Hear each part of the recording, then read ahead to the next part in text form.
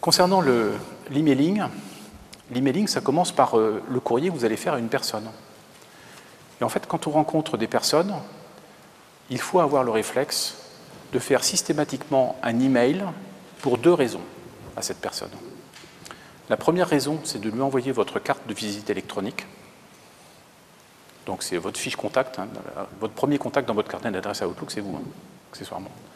Donc vous avez la possibilité, avec Outlook, je ne sais pas pour Gmail, parce que je ne suis pas le spécialiste de Gmail, mais sur Outlook, en tous les cas, vous avez la possibilité de mettre de créer une signature avec votre V-card, votre carte de visite électronique, ce qui fait que quand les gens vont recevoir votre carte de visite électronique, ils vont faire ouvrir, je sauvegarde, et ils vont avoir toutes vos coordonnées directement dans leur annuaire contact. Donc, première raison, envoyez votre V-card, votre carte de visite électronique, aux gens que vous avez rencontrés. Donc, il faut le faire dans les 24, maximum 48 heures, après avoir rencontré ces personnes. Deuxième raison, ça vous permet de consolider votre relation. C'est-à-dire que vous commencez à marquer votre territoire en ayant tout simplement un propos qui lui permette de se rappeler de vous et surtout qui lui permette de voir que vous vous êtes souvenu de lui, que vous êtes souvenu de lui. Quand vous envoyez un mail, vous vous rappelez que vous avez apprécié de découvrir qu'il avait telle spécialité, telle compétence, tel hobby, peu importe. Mais quand on échange avec quelqu'un, il nous dit toujours des choses qui sont intéressantes à noter. Alors, elles ne sont peut-être pas intéressantes tout de suite, mais peut-être que plus tard, dans 6 mois, vous y aurez un intérêt. Donc, le principe de la gestion de son carnet d'adresses, c'est de noter des informations sans savoir, a priori, si ces informations seront utiles. D'accord ?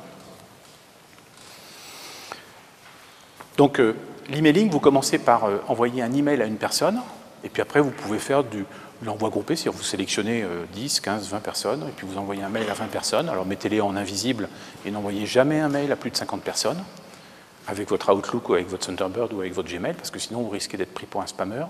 Si vous voulez envoyer des mailings à un nombre plus important de personnes, comme celui que vous avez probablement reçu en guise d'invitation à participer à cette réunion, eh bien là, on utilise des outils d'emailing qui ont d'énormes qualités, c'est-à-dire que vous savez exactement qui a reçu votre mail, quand est-ce qu'il l'a ouvert, sur quel lien il a cliqué, donc ça vous permet de voir qui s'intéresse à quoi dans vos services. Et ça, c'est quasiment gratuit. Un outil comme Message Business coûte pas grand-chose, et puis il y en a même qui sont gratuits jusqu'à une quantité de mails limitée par mois, notamment sur MailChimp. Donc ces outils, encore une fois, ils sont accessibles, vous y avez tous accès. D'accord ? La seule contrainte, c'est qu'il faut apprendre à s'en servir. Et là, vous avez un ennemi, c'est le temps. Le temps est votre ennemi. Et pour faire que le temps soit votre allié, eh bien, il faut que vous sachiez trouver la solution qui va vous permettre d'acquérir une compétence de façon la plus efficace possible.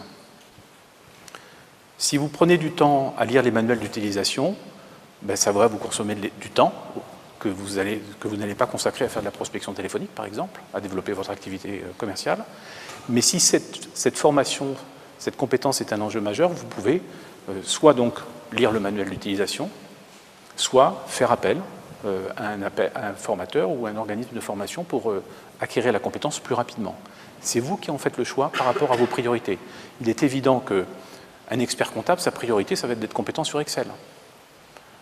Un responsable marketing, ça va être d'être compétent sur les réseaux sociaux et sur l'utilisation des sites web et des blogs. D'accord ? Donc à chacun de gérer ses priorités par rapport à son domaine, par rapport à ses compétences et par rapport à ses objectifs.